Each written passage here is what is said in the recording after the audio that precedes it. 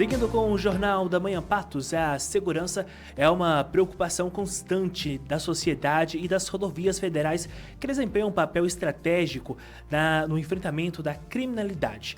Dentro desse contexto da insegurança pública, o grupo Jovem Pan lançou a campanha Chega, uma mobilização inédita para expor a revolta da população contra o crime no Brasil. A iniciativa busca conscientizar e engajar os cidadãos na luta por um país mais seguro, impulsionada pela hashtag Já Fui Assaltado. Para entender melhor as ações do órgão de segurança e dar mais visibilidade ao trabalho prestado à população, hoje conversamos com Alfredo Terceiro, inspetor da Polícia Rodoviária Federal de Patos de Minas. Terceiro, obrigada por aceitar o convite aqui do jornalismo da Jovem Pan Patos. Seja bem-vindo, bom dia. Bom dia, Sabrina, bom dia, Matheus, bom dia a todos que nos ouvem. Um prazer estar aqui para a gente poder discutir aí essa pauta tão importante que a Jovem Pan abraçou. Terceiro, muito bom dia, seja bem-vindo ao nosso jornal. E antes de começarmos a nossa entrevista, convidamos o senhor e a você que nos acompanha por meio do YouTube e também da frequência 103,3 no seu rádio para acompanhar mais sobre a campanha do Grupo Jovem Pan Chega. Quando foi que o medo virou rotina? Portas trancadas, vidros fechados, passos acelerados, esconder o celular. Quando foi que viver assim virou normal? A criminalidade se espalhou, cresceu como uma epidemia e tomou conta das ruas. O medo nos moldou, a insegurança nos silenciou. Mas chega de correr, chega de se esconder, chega de aceitar, chega de insegurança, chega de medo, chega de violência. A segurança precisa ser um direito de todos, não o privilégio de alguns. É hora de mudar e nós estamos com você nessa luta. Chega, uma campanha da Jovem Pan contra o crime. Terceiro, a campanha Chega da Jovem Pan propõe um movimento nacional contra a criminalidade. Como é que o senhor avalia a importância desse tipo de mobilização? Sabe, primeiro de tudo tem que ser nacional mesmo. Nós tivemos na Constituição de 88 uma repartição de competências que é um pouco até esquizofrênica, porque dá algumas atribuições para a União e outras para os estados. E os maiores gargalos que nós temos na segurança pública hoje são em relação a como os estados gerenciam a violência, a questão da segurança pública, né? Então, primeiro é necessário que a União, né, adote um programa que deveria ser unificado, inclusive em relação a, por exemplo, construção de unidades prisionais e ampliação do sistema prisional.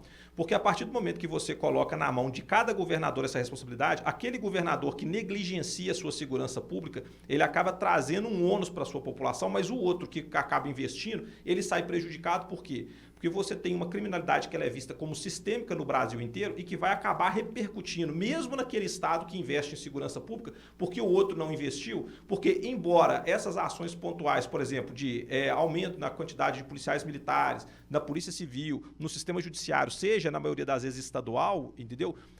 Você tem uma política pública que ela é nacional, porque o nosso Código Penal é nacional e o nosso Código de Processo Penal é nacional. O que isso quer dizer? Que se houver um estado que tem muita violência e o outro com menos violência, ainda assim aquele que investiu em segurança pública vai ser prejudicado, porque os números nacionais é que orientam uma política pública. Então, a União ela precisa assumir essa responsabilidade de compromisso com a sociedade, falar assim, ó, nós estamos agora criando um plano nacional de segurança pública, no qual haverá um impacto direto para aqueles governadores que, inclusive, não investem em segurança pública. Como, por exemplo, nós temos instrumentos constitucionais como repasse de verbas, que são aqueles impostos que são arrecadados, que devem ser suspensos ou, pelo menos, direcionados diretamente para investir em segurança pública.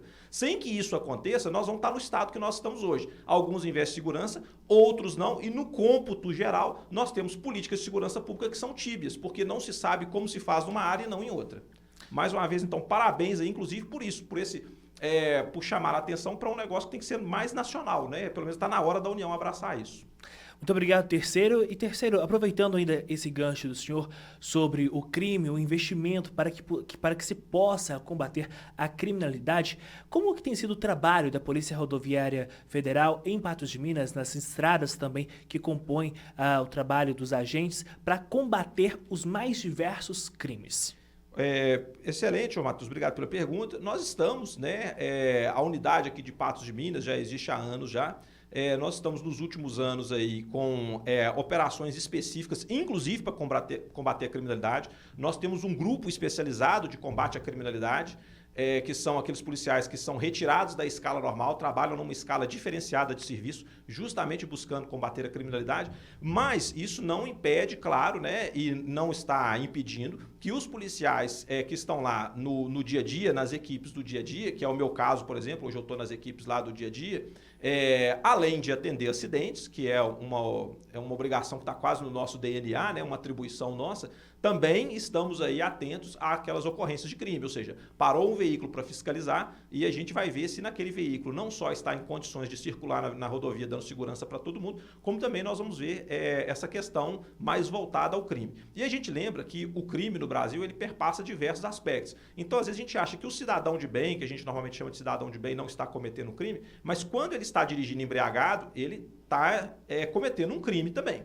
É claro que a sociedade tem uma reprovabilidade menor a esse tipo de conduta ainda. É uma questão de amadurecimento social, mas isso é necessário ser visto. Mas quando a gente fala em criminalidade que nos afeta diretamente, tem a ver com o crime patrimonial e com o tráfico de drogas. Inclusive porque o uso de drogas que é responsável, em grande parte, pelo incentivo à prática criminal por aqueles que, uma vez viciados nas drogas, vão buscar na criminalidade uma forma de obter o sustento para comprar, né, para sustentar o vício.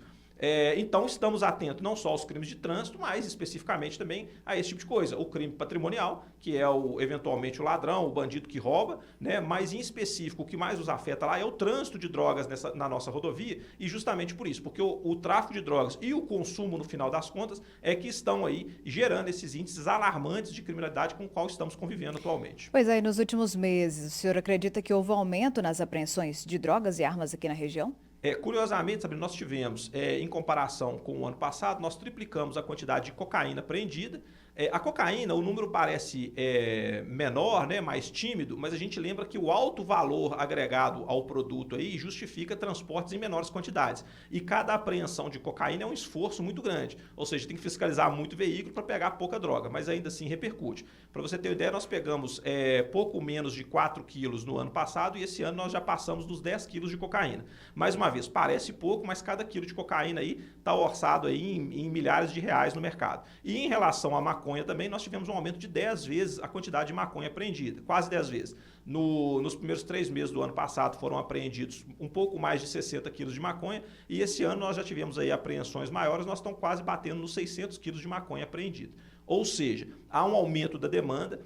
E eu costumo falar, né, normalmente, que a atividade policial é um pouco ingrata. Às vezes a gente trabalha muito e não tem o resultado. O resultado não necessariamente aparece, depende um pouco do fator de sorte envolvido. Mas nós estamos aí com esses números para apresentar porque revelam que há um aumento no fluxo, há um aumento da criminalidade, há uma ousadia da criminalidade em relação a isso e outros números que começam a aparecer que a gente não tinha antes, como por exemplo, já estamos pegando pessoas com mandado de prisão em aberto e outras ocorrências do tipo. Terceiro, a gente precisa fazer um intervalo, agora são 7 horas e 58 minutos, mas antes de irmos para o intervalo, eu preciso fazer uma pergunta relacionada à resposta do senhor. A União, o governo estadual, federal, eles estão preocupados, eles investem hoje na segurança pública quando a gente se fala da segurança em rodovias? O orçamento revela que há, né, uma preocupação em investir. Né, o investimento existe, ele está lá, ele é preciso. A gente não pode esquecer que o Brasil é um país muito grande e que os estados também têm suas demandas. Além disso, isso é uma pauta que tem que ser avaliada num contexto político, porque junto com a segurança existem aí demandas por saúde e educação. Então o que a gente vê é que existe um investimento, mas esse investimento ele tem que ser dividido, né, com outras pautas também. Além disso, outras temáticas fora da segurança, da saúde e da educação também absorvem parte do orçamento público. E, às vezes, o que a gente vê é que falta um pouco de sincronia, ou muitas vezes de ouvir aquela pessoa que está na base, trabalhando com segurança pública, para que se faça um programa mais eficiente. Chamo a atenção dos senhores, por exemplo, que no Conselho Penitenciário da União, há alguns anos atrás, só haviam advogados participando do plano. Ora, com todo o respeito aí, data máxima vênia ao AB, é claro que a presença de um advogado é importantíssima num conselho, como forma de garantir, por exemplo, o respeito à integridade, aos direitos humanos do preso. Mas o advogado ele também está preocupado na tese de defesa, a qual será apresentada ao longo do seu trabalho. O trabalho dele é, em última análise, garantir que o cliente dele tenha êxito numa demanda judicial. Então, assim, onde estavam, por exemplo, representantes do próprio sistema prisional, como agentes prisionais, diretores do sistema prisional, policiais que estão lá combatendo o crime em última instância, até porque o crime também acontece às vezes dentro dos presídios. Então, o que se percebia era assim, o que se percebe, às vezes o governo está um pouco sem um norte, entendeu? Ou sem ouvir aquelas pessoas mais afetadas na base que estão lá combatendo a criminalidade no dia a dia. Mas existe um esforço, existe a previsão de verba, existe tudo isso do sentido de que a gente vê, pelo menos nas rubricas orçamentárias, de que o governo destina verba para a segurança pública. Excelente. Alfredo Terceiro, eu vou pedir ao senhor, então, uma rápida pausa, né, aqui no nosso Jornal da Meia Patos. Vamos para mais um bloco com o senhor. Oi, estamos de volta com mais um bloco com Alfredo Terceiro, ele que é inspetor da Polícia Rodoviária Federal de Patos de Minas. Alfredo, além do combate ao crime, a PRF também fiscaliza o trânsito. Conta aí para os nossos ouvintes e espectadores quais são os principais problemas encontrados nas rodovias em relação à imprudência dos motoristas. Inclusive nós acabamos agora, né, o carnaval, já tem umas 2, 3 semanas aí, e é uma das épocas do ano que mais nos preocupa, né, Sabrina? O que acontece? Temos as ações também voltadas, algumas voltadas especificamente para a fiscalização de trânsito, que são também nós estamos também com uma equipe especializada, atualizados inclusive, né, porque existe uma quantidade substancial aí de resoluções do CONTRAN que pautam a fiscalização de trânsito e que há uma necessidade por parte não só do motorista profissional, mas obviamente por parte do policial de estar por dentro da legislação de trânsito para poder fazer uma fiscalização que não só garanta a segurança no trânsito, mas que seja justa também. Dentro desse aspecto, a nossa principal dificuldade é a conscientização da população de que a segurança no trânsito passa também por uma questão de segurança pública. Então, os nossos motoristas, eles precisam se conscientizar de que tem que manter uma velocidade compatível com a velocidade da via, com as condições da via, com as condições do asfalto, que a gente sabe que o asfalto às vezes não é o melhor, não é o ideal, mas ainda assim o motorista deve se adaptar, deve ter essa sensibilidade para se adaptar, né, àquele local pelo qual ele está passando, seja porque o local está com um asfalto ruim, ou seja porque o local tem um relevo que chama atenção, por exemplo. Nós temos especificamente na nossa região 2 serras aqui na saída de Patos de Minas, seja para quem vai sentido a 040, seja para quem vai sentido a Uberlândia. Então, nesse momento, o motorista tem que ter um cuidado maior. E o que a gente vê? Os números revelam aí, nós estamos aí com mais de 200 infrações por velocidade, tanto no primeiro trimestre do ano anterior quanto no primeiro trimestre desse ano. Né? Na verdade, o desse ano já passaram as 300 infrações e nós temos um problema muito grande ainda com a alcoolemia. E a alcoolemia chama atenção que é sempre o pessoal da região, porque é o cidadão que foi para uma chácara, que vai ali para o sítio e acha que o tal do daqui numa cidade mais próxima, não vai ter problema. Parece que o pessoal nunca entende esse recado, né? Pois então incrível. A nossa dificuldade, apesar de termos um relevo que chama atenção, que exige um cuidado, e modificar os hábitos em relação à velocidade, isso para todo mundo, em especial o álcool ainda tem sido um grande problema para nós. Terceiro, e a gente sabe que por meio de bebida alcoólica, muitos acidentes podem ser registrados e alguns acabam terminando com vítimas fatais. Essa é uma realidade hoje em Patos de Minas e nas rodovias que pertencem aos senhores? Sim, nós estamos aí com o número de óbitos, por incrível que pareça, o número de óbitos até parece um pouco estabilizado, né? Nós tivemos aí 12 óbitos no primeiro trimestre do ano anterior e 13 nesse ano, ou o contrário. Mas nenhuma vida, né, a perda de uma vida nunca deve ser considerado aceitável. A gente não pode falar assim, está sob controle ou os números estão abaixo da média nacional. Isso não é justificativa. É uma pretensão nossa um dia poder chegar e dar uma entrevista e falar que ao longo de todo o feriado não ocorreu óbito, ao longo do primeiro trimestre desse ano não ocorreu nenhum óbito nas nossas rodovias e quiser um dia a gente poder fazer uma estatística, olha, nos últimos 5 anos não ocorreram óbitos nas nossas rodovias. Mas aí, mais uma vez, há uma necessidade de conjugar um fator de a conscientização do motorista com a forma como ele encara a realidade. Pois é, e voltando a falar sobre a criminalidade nas rodovias, a Polícia Rodoviária Federal tem utilizado novas tecnologias para aprimorar a fiscalização e o combate ao crime. Tem isso aí, ô Alfredo? E quais inovações estão sendo implantadas? Sim, nós tivemos aí durante um tempo uma parceria com a Receita Federal, né?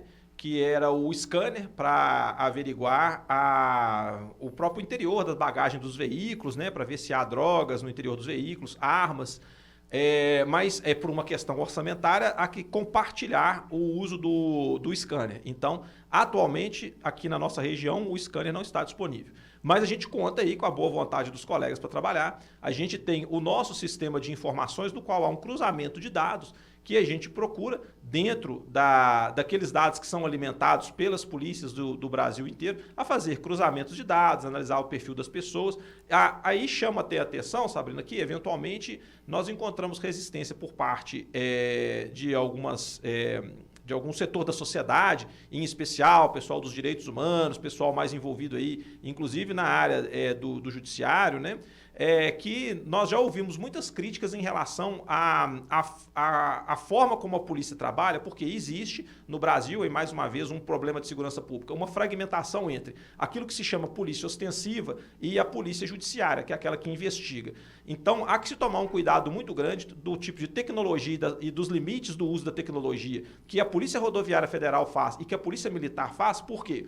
Por parte da resistência desse grupo da sociedade, eles dirão que estaríamos nós invadindo competência de uma polícia investigativa e por isso, e inclusive acontece reiteradas vezes, né, você tem uma desconstituição do flagrante, ou seja, aquele cidadão que foi pego com drogas ou com armas, a depender de como a polícia fez o cruzamento de dados que levou à prisão daquela pessoa, aquela pessoa será colocada na rua e o laudo, né, o auto de flagrante será desconstituído, porque em tese aí houve uma invasão de competências. É claro que essas pessoas ignoram que um crime em flagrante é aquele que está acontecendo o tempo todo. Então, se o cidadão está com droga, ele está o tempo inteiro com a droga no carro, de onde ele saiu, para onde ele vai. Se ele está levando armas de um lugar para outro, ele está o tempo inteiro levando armas. E a gente se refere aqui a armas de grosso calibre, armas de alta energia, como fuzis, como pistolas, né? Nós não estamos falando do produtor rural que está com a bacamartezinha ali indo pescar, entende?